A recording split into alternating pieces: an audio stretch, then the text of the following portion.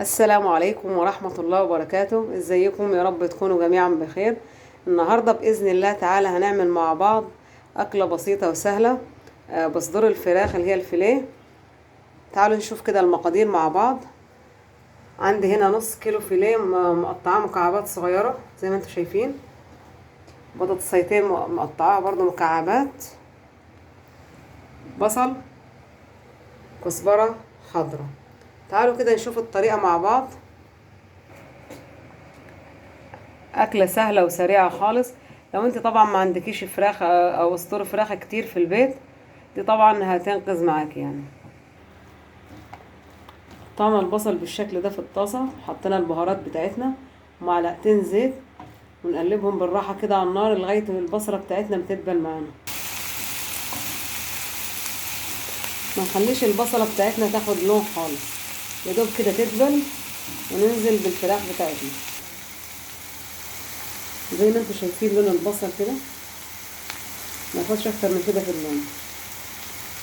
نحط عليها الفراخ، نقلبها كويس مع بعض. هدي النار عليها خالص عشان ما تتحرقش مننا.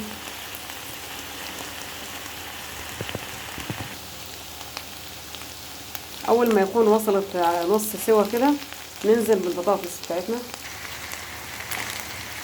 نقلبهم كويس مع بعض.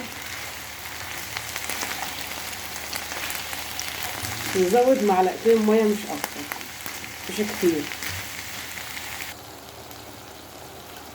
انا زودت معلقتين ميه، يعني كل شويه تزودي بالمعلقتين، انها تنشف الميه بتاعتك ومش هيستوي.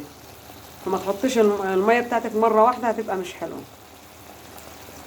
كل ما تنشف الميه نزود بالمعلقتين لغايه ما تدخل في السوا كده. خلاص يعني قدامها دقيقتين 3 احط الكزبره الخضراء،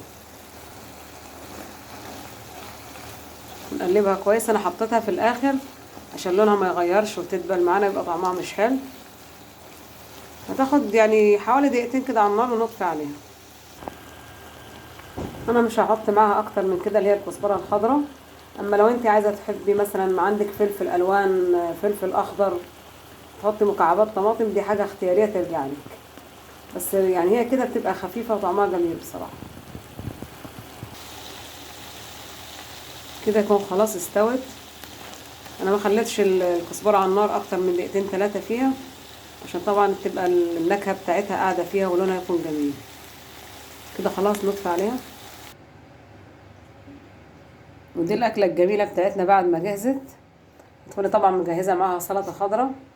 انا عامله معاها مكرونه سباكيتا. لو انت عايزه تعملي رز براحتك برضو زي ما انت عايزه.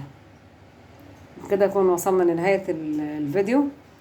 لو اول مره تشوفوا القناه بتاعتي، يا ريت تدعمونا بالاشتراك عشان يوصل لكم كل جديد. والسلام عليكم ورحمه الله وبركاته.